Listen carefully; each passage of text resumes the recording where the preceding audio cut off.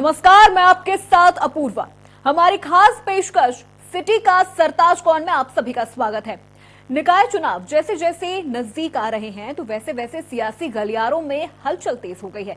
सभी राजनीतिक दलों ने अपनी अपनी कमर कस ली है, लिहाजा सियासी समीकरण भी बदलते हुए नजर आ रहे हैं। हम अपनी इस खास पेशकश में आपको दिखाएंगे निकाय चुनाव से जुड़ी आज दिन भर की क्या बड़ी खबरें रही हैं। तो आपको बता दें, निकाय चुनाव को लेकर बीजेपी की तैयारियां काफी तेज नजर आ रही हैं, तो वहीं बाकी पार्टियों ने भी अपनी कमर कस ली है।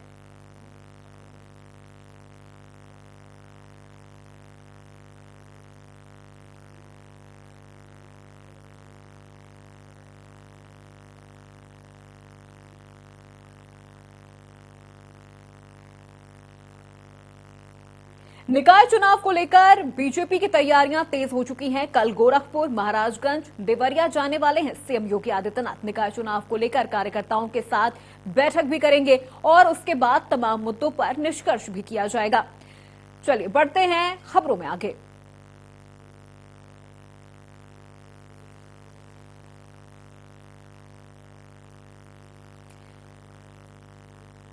तो आपको बता दें कि बीजेपी की तैयारियां काफी पक्की और मजबूत नजर आ रही हैं, तो बाकी पार्टियां भी बीजेपी को टक्कर देने के लिए मैदान में बेहद ही मजबूती के साथ उतर रही हैं। और ऐसे में बात कर लिया जाए सीएम योगी आदित्यनाथ की, तो वो भी निकाय चुनाव को लेकर तमाम जो तैयारियां हैं उसकी पल पल की अपडेट लेते हुए नजर आ रहे हैं। और गोरखपुर भी जाने वाले हैं सीएम योगी आदित्यनाथ, जहां पर कार्यकर्ताओं के साथ और तमाम जो अधिकारी हैं उनके साथ बैठेंगे और बातचीत करने वाले हैं।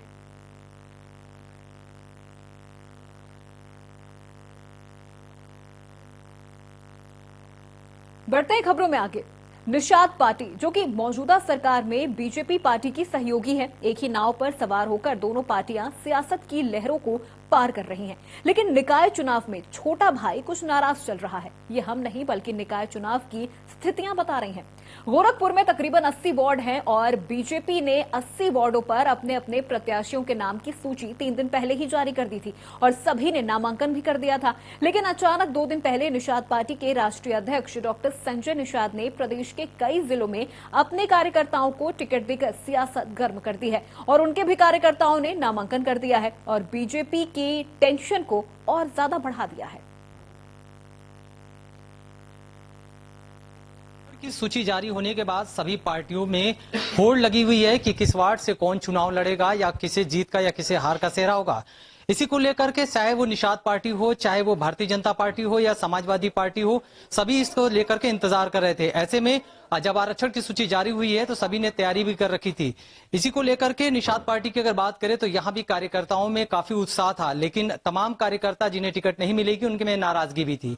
इसको लेकर अभी एक महत्वपूर्ण बैठक की गई है। खुद कैबिनेट मंत्री डॉक्टर संजय निषाद जी उसमें मौजूद थे और उन्होंने कार्यकर्ताओं में जोश भरने का काम किया। साथ ही उन्होंने ये भी कहा कि वार्ड अध्यक्ष होना कोई बहुत बड़ी बात नहीं है, आगे जो सपना है वो बहुत बड़ा है, उसे हमें साकार करना है। संजय निषाद जी हमारे साथ मौजूद हैं। आरक्षण की सूची जारी होने के बाद जाहिर सी बात है हर एक जो कार्यकर्ता है जो लाठी डंडा या झंडा लेके ढोता है, उसे उम्मीद रहती है कि चुनाव आएगा तो वो भी प्रत्याशी बनेगा अपने पार्टी का और वो भी जीत करके समाज सेवा करेगा। तो क्या लग रहा है कि आपके भी कार्यकर्ताओं में काफी उत्साह था, क्या कुछ लोग नाराज भी थे, तो उसको कैसे सजोने का काम करेंगे आप? देखिए, कार्यकर्ता ही पार्टी को बड़ा खड़ा और बड़ा करता है और कार्यकर्ता छोटा चुना है, उसका हक भी बनता है चुनाव लड़ने का। लेकिन जो पार्टी का जो लक्ष्य होता है वो लक्ष्य निर्धारित करने के लिए कार्यकर्ता आता है। अगर असली में वो कार्यकर्ता ट्रेंड कैडराइज कार्यकर्ता है तो कभी भी नाराज नहीं होता, क्योंकि उसकी सत्ता जो जिस लक्ष्य के लिए आया बड़े काम के लिए आया, ये तो छोटा काम है। अध्यक्ष हम समस्याओं के समाधान के लिए निषाद पार्टी आई है, जो सत्ता से समस्याओं का समाधान हो सकता है, सत्ता की चाबी से हो सकता है। उस चाबी को लेने के लिए हम वो चाबी वोटर के पास है और वोटर हमारा गांव में है, नगर पालिका में है, नगर पंचायत में। तो निश्चित रूप से उस वोट को लेने के लिए हमें हमारे कार्यकर्ता जहाँ लड़ सके, जीत सकता है, उसके लिए हम भारतीय जनता पार्टी के प्रदेश अध्यक्ष से बात हो चुकी है कि जहाँ आपका कार्यकर्ता लड़के जीत सकता है उसे निश्चित रूप से हमें सूची दीजिए, हम उसे लड़ाएंगे भी और जिताएंगे उसको भी सत्ता में। हमारे यहाँ कोई पहले ही हमारे यहाँ नियम और शर्त और अनुशासन की किताब है, उसमें लिखा हुआ है कि कोई भी आदमी जब इसमें आता है तो पहले अपने मन की इच्छा को बंद करके आए हमें कुछ बनना है, हमें सपने कुछ और है। क्योंकि अगर मान लीजिए कभी कभी उसके नहीं उसकी इच्छा के मुताबिक काम हुआ तो नाराज हो जाएगा, तो ऐसे में वो पार्टी द्रोही, देशद्रोही, समाजद्रोही। तो ऐसे सभी कार्यकर्ता जो हमारे कर्मठ हैं उनके मन में कभी ऐसा नहीं है। हमारा वो कार्यकर्ता जीत सकता है, हमारी समिति तय करे, चुनाव संचालन समिति, उसको वो अगर पहले से तैयारी है, उस क्षेत्र के लोग उसे चाहते हैं, उसके पास वोट बैंक है, उसके पास प्रोफाइल है, पर्सनालिटी है, पब्लिसिटी है, ये सारे गुण उसके पास है। और भारतीय जनता पार्टी, निषाद पार्टी, दोनों के बीच में उसकी सामंजस्य की स्थिति हो कि दोनों का पसंद हो, तो ऐसे कार्यकर्ताओं को लड़ाया जाएगा, जिताया जाएगा। इस बार के जो आज बैठक हो रहा है वो काफी महत्वपूर्ण बैठक है। यही वजह है कि जो कैंडिडेट नाराज होगा उसे मनाने की भी कोशिश की जाएगी, और जिस तरीके से एक मिशन बना करके चुनाव जीतने की पहल की गई है उसको लेकर के आगे उस सपने को साकार करने का काम किया जाएगा। क्योंकि साफ तौर पे कहना है कि कोई कैंडिडेट चाहे वो किसी भी पार्टी का होगा मजबूत होना चाहिए, चाहे वो भारतीय जनता पार्टी का हो या निषाद पार्टी का हो। झंडे के बैनर तले वो चुनाव लड़ेगा, और निश्चित रूप से आने वाले समय में एक बार फिर से निषाद पार्टी के कार्यकर्ताओं की मदद से भारतीय जनता पार्टी का जीत का पताका फहराएगा और आने वाले मिशन 2024 के लिए एक फौज खड़ा करेगा। कैमरा पर्सन बंटी के साथ सुशील कुमार, इंडिया न्यूज, गोरखपुर। आइए पहले हम आपको ग्राफिक्स के जरिए बताते हैं कि गोरखपुर जिले में किन 8 वार्डों में निषाद पार्टी ने अपने सहयोगी पार्टी बीजेपी के उम्मीदवारों के सामने अपने प्रत्याशी को खड़ा किया है। वार्ड नंबर 13 बीजेपी की प्रत्याशी जागृति कुमारी है, तो वहीं निषाद पार्टी ने परमानंद कन्नौजिया को बीजेपी प्रत्याशी के सामने खड़ा किया है। वार्ड नंबर 19 जहां पर ममता निषाद बीजेपी प्रत्याशी हैं, तो वहीं निषाद पार्टी की ओर से गुंजा निषाद को खड़ा किया गया है। वार्ड नंबर 30 बीजेपी प्रत्याशी ज्योति पासवान का मुकाबला होगा निषाद पार्टी की निर्मला देवी से। वार्ड नंबर 38 बीजेपी ने राम भुवाल निषाद को उतारा है, तो निषाद पार्टी ने सुधीर निषाद को वार्ड नंबर 38 से टिकट दिया है। वार्ड नंबर 39 जहां पर बीजेपी ने मिथिलेश कुमार को उतारा, तो निषाद पार्टी ने नरेंद्र निषाद को उतारा। इसके अलावा वार्ड नंबर 43 जहां पर बीजेपी की ज्ञानती देवी थी, तो निषाद पार्टी ने गुंजन निषाद को टिकट दिया।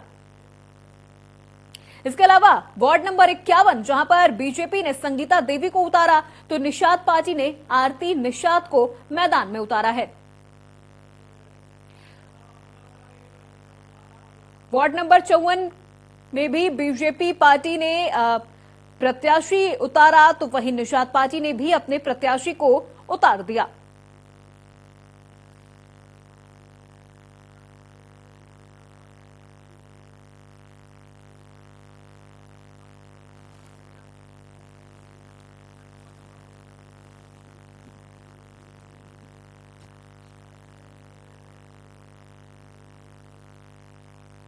तो चलिए अब इसी पूरे मुद्दे पर हमारे साथ हमारे संवाददाता भी जुड़ने वाले हैं, उनसे चर्चा करते हैं और जानने की कोशिश करते हैं कि आखिर बीजेपी और निषाद पार्टी के बीच में क्या कुछ चल रहा है। तो हमारे साथ सुशील कुमार जुड़ गए हैं। सुशील, आपने बात भी की है और आपने जाना भी है कि किस तरह से निषाद पार्टी ने उन वार्डों में भी अपने प्रत्याशी उतार दिए हैं जहां पर बीजेपी ने अपने प्रत्याशी उतारे हैं।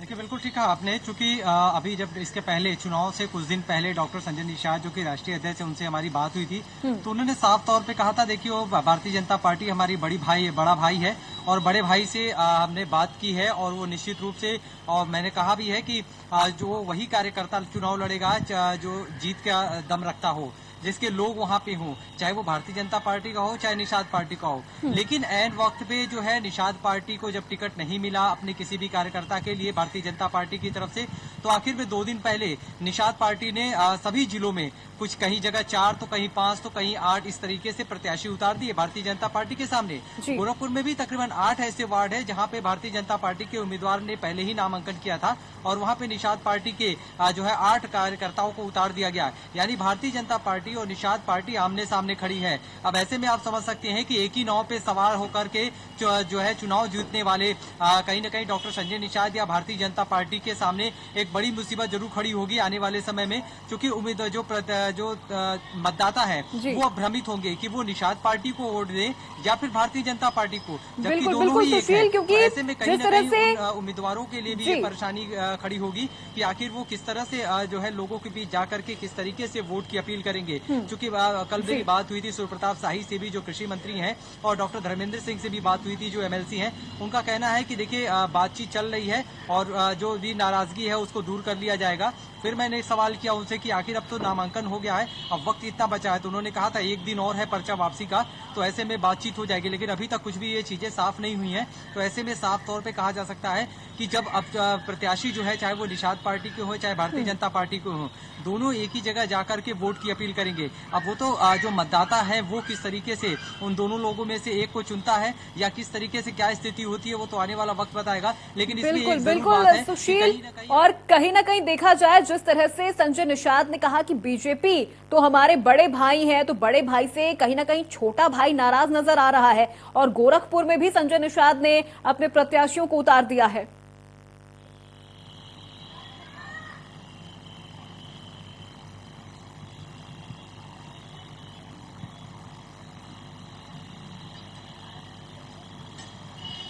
जी सुशील, आप तक मेरी आवाज पहुंच रही है? जी जी, सवाल दोहराएं। बिल्कुल सुशील, देखिए जिस तरह से संजय निषाद ने कहा कि बीजेपी तो हमारी बड़े भाई की जैसे पार्टी है, तो कहीं ना कहीं छोटा भाई तो नाराज नजर आ रहा है, तभी तो इनडायरेक्टली ये कंपटीशन देखा जा रहा है मैदान में।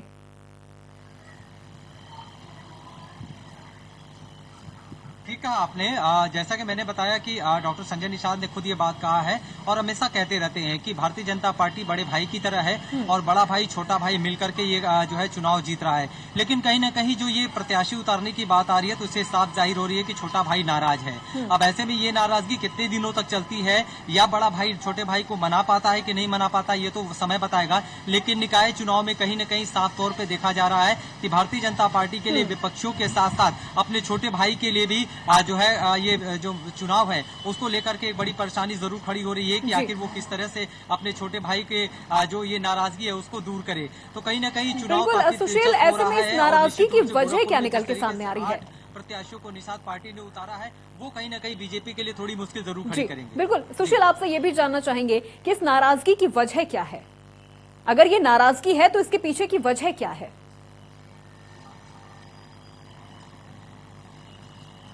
देखिए वजह साफ है, साफ तौर पे उन्होंने पहले ही कहा था कि हम जो है प्रदेश अध्यक्ष से हमारी बात हुई है और हमारे कुछ ऐसे कार्यकर्ता हैं जो जमीन से जुड़े हुए हैं, जो लोगों के अंदर पैठ बनाए हुए हैं और वो उस इलाके में उस वार्ड में चुनाव जीत सकते हैं। तो कहीं ना कहीं उन्हें टिकट नहीं मिला होगा, जिसको लेकर के वो नाराज हुए होंगे।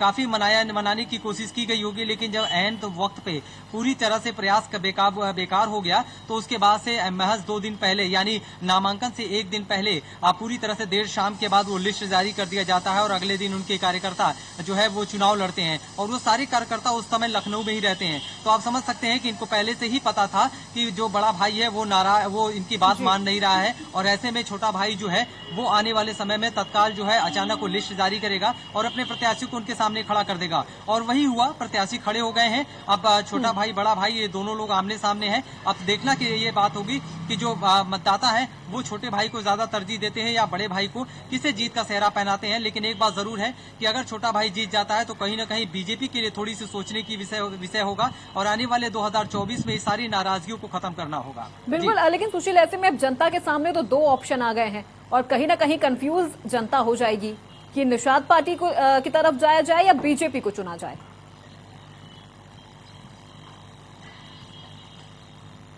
बिल्कुल ठीक कहा, जनता थोड़ी सी भ्रमित है। मैंने बताया भी कि कहीं ना कहीं जब एक ही वार्ड में 2 प्रत्याशी हैं भारतीय जनता पार्टी के बैनर तले और दूसरे जो है भोजन भरी थाली के बैनर तले, तो आप समझिए कि कहीं ना कहीं बीजेपी के एक नाव पे सवार होकर के दोनों चलने वाले और उनके प्रत्याशी जो है जाकर के अलग अलग तरीके से वोट मांगेंगे, तो जनता को थोड़ी सी परेशानी जरूर होगी। वो भ्रमित जरूर होगा कि हम किसकी तरफ जाएं, भारतीय जनता पार्टी के उस उम्मीदवार की तरफ जाएं या फिर निषाद पार्टी के उस प्रत्याशी की तरफ जाएं। तो कहीं ना कहीं असमंजस की स्थिति है। लेकिन जनता है, अब जनता किसे अपना नेता चुनती है ये तो आने वाला समय बताएगा। लेकिन कहीं ना कहीं परेशानियां दोनों प्रत्याशियों को उठानी पड़ेंगी और इस नाराजगी का खामियाजा दोनों पार्टियों को उठाना पड़ सकता है। जी बिल्कुल सुशील, हमारे साथ संवाददाता भी और 2 संवाददाता हमारे साथ जुड़ गए हैं। चलिए उनका भी रुख कर लेते हैं और सवाल जवाब का सिलसिला आगे जारी रहता है। तो हमारे साथ और भी संवाददाता जुड़ गए हैं। चलिए घनश्याम मिश्रा, आपका रुख करते हैं, क्योंकि जिस तरह से देखा जा रहा है, तो अभी बात सुशील से भी हमारी यही हो रही थी कि जनता के सामने कंफ्यूजन की स्थिति खड़ी हो गई है। छोटा भाई कहीं ना कहीं बड़े भाई से नाराज नजर आ रहा है, उसका खामियाजा कहीं ना कहीं बीजेपी को 2024 में भी भुगतने को मिल सकता है। जी, आपको बता दें कि ये जो 2024 के जो चुनाव, चाहे स्थानीय निकाय की बात हो रही है, तो देवरिया में स्थानीय निकाय में कोई निषाद पार्टी का कोई प्रत्याशी नहीं खड़ा हुआ है। लेकिन अगर जो गोरखपुर में लगा चुनाव में अगर स्थानीय निषाद पार्टी लगाई तो 2024 में वो कुछ अंदर से पक रहा है, जिसका असर 2024 में है। लेकिन स्थानीय देवरिया की बात करें तो देवरिया में कोई भी अभी प्रत्याशी निषाद पार्टी नहीं उठाया है। कांग्रेस, बसपा और भाजपा के ही प्रत्याशी हैं जो अंतिम है। इसी को लेके कल योगी आदित्यनाथ जी जो मुख्यमंत्री प्रदेश के, उन्होंने पूरी प्रतिष्ठा पूर्वांचल में लगा दिया कि इनकी कोई सीट खाली न हो, उस पर सभी पर कार्रवाई। इसी को लेके कल 3 से 4 बजे देवरिया जिले को अलॉटमेंट हुआ है। 3 से 4 बजे सभी प्रत्याशी होंगे, बूथ लेवल के अध्यक्ष होंगे, संयोजक होंगे, प्रभारी होंगे, समन्वयक होंगे और जिले के पदाधिकारी और प्रत्याशी के साथ साथ और 1 घंटे उनकी जो पाठ होगा वो पढ़ाएंगे कि कैसे चुनाव जीता जाए, क्योंकि उनके लिए प्रतिष्ठा है कि पूर्वांचल में जितनी भी सीटें हैं बीजेपी कहीं से भी हार ना हो और जी जी बिल्कुल। हमारे साथ महाराजगंज से भी हमारे संवाददाता जुड़ गए हैं, उनका रुख कर लेते हैं। मनोज, देखिए जिस तरह से अब नगर निकाय की जो स्थिति है कहीं ना कहीं साफ होती नजर आ रही है, तो कहीं ना कहीं ऐसी खबरें भी सामने आ रही हैं जो हमें भ्रमित कर रही है। जिस तरह से निषाद पार्टी ने अब बीजेपी के सामने अपने प्रत्याशी खड़े कर दिए हैं, तो अगर महाराजगंज की बात की जाए तो वहां पर क्या कुछ स्थिति है?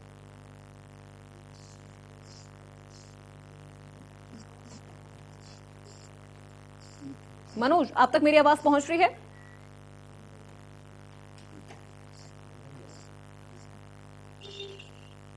चलिए सीधे रुक करते हैं गोरखपुर से। संवाददाता सुशील लगातार हमें तमाम अपडेट दे रहे हैं। गोरखपुर की अगर बात कर ली जाए सुशील, तो क्या कुछ तस्वीरें नगर निकाय को लेकर गोरखपुर से नजर आ रही हैं?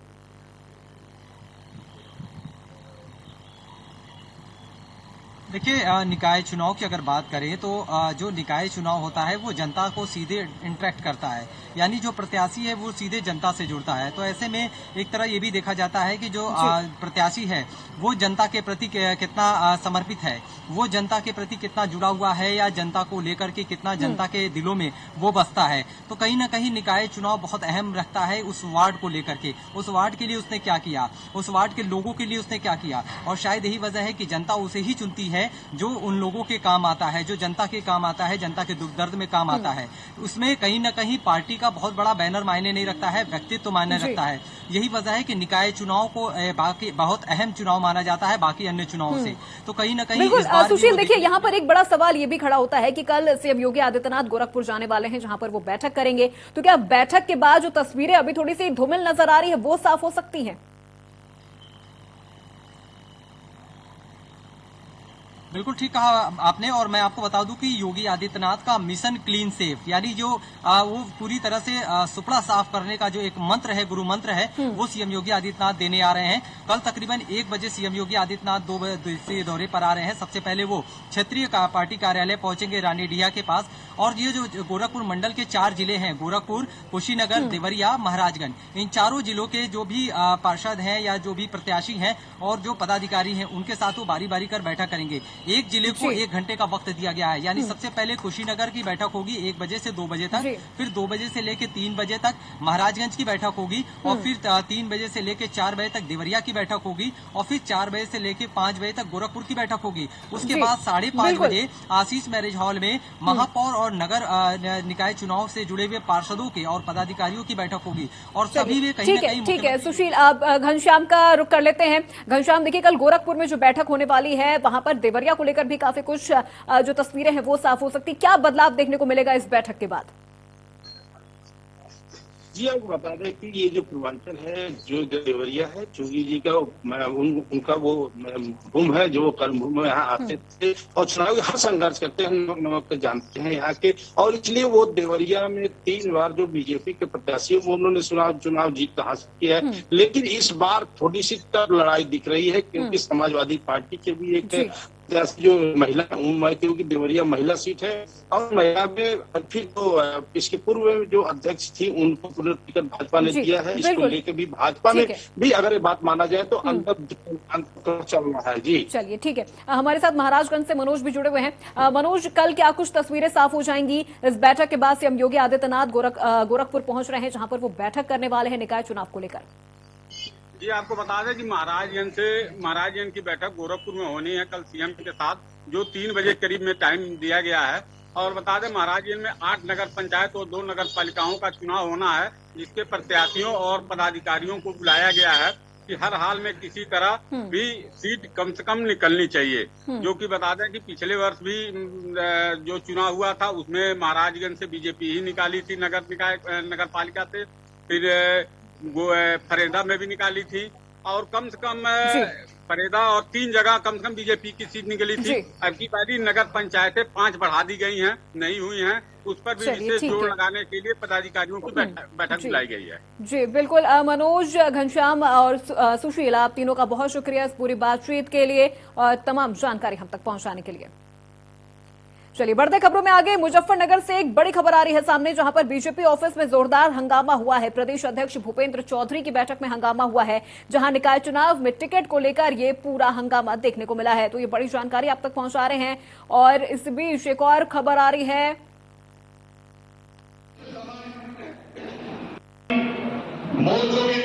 ये खबर आपको बता, इसमें जोरदार हंगामा हुआ है बीजेपी ऑफिस में।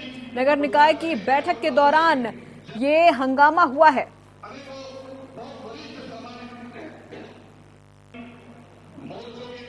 मुजफ्फरनगर पहुंचे प्रदेश अध्यक्ष भूपेंद्र चौधरी। उत्तर प्रदेश की लगभग 1/3 आबादी इन चुनावों में प्रतिभाग करेगी और हम लोग पिछली बार भी अपने सिंबल से चुनाव लड़ते रहे और इस बार भी भाजपा सभी निकायों में अपने कमल के फूल के सिंबल के साथ और अपनी सरकारों के काम को लेकर अपने कार्यकर्ताओं की सक्रियता और मेहनत के आधार पर हम लोग नगर निकाय चुनाव में हैं।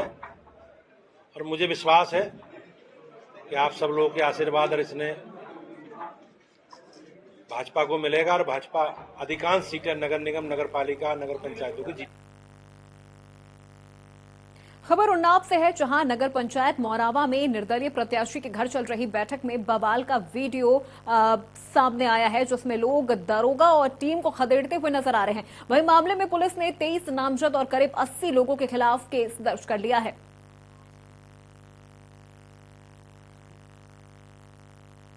प्रत्याशी के घर बैठक में बवाल का ये पूरा मामला था, जिसका वीडियो सामने आया है। पुलिस ने 23 नामजद पर एफआईआर दर्ज कर ली है। प्रत्याशी के घर बैठक हुई थी, जिसके बाद ये पूरा बवाल हुआ और बवाल का जो वीडियो है वो भी सामने आया है।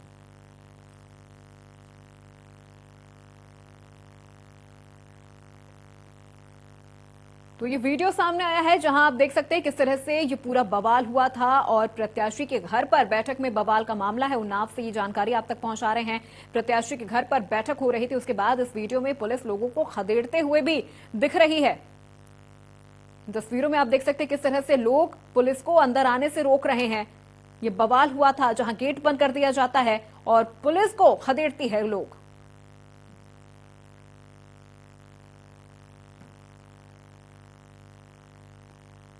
और इसी खबर पे तमाम अपडेट के साथ हमारे संवाददाता सत्यम बाजपेयी हमारे साथ जुड़ गए हैं उन्नाव से। सत्यम, जो ये तस्वीरें सामने आ रही है, ये क्या दर्शाती है कि जिस तरह से ये पूरी बैठक हो रही थी, उसके बाद लोग वहां पर पुलिसकर्मियों को और दरोगा को खदेड़ते हुए नजर आ रहे हैं? किस बात में ये पूरा बवाल हुआ था?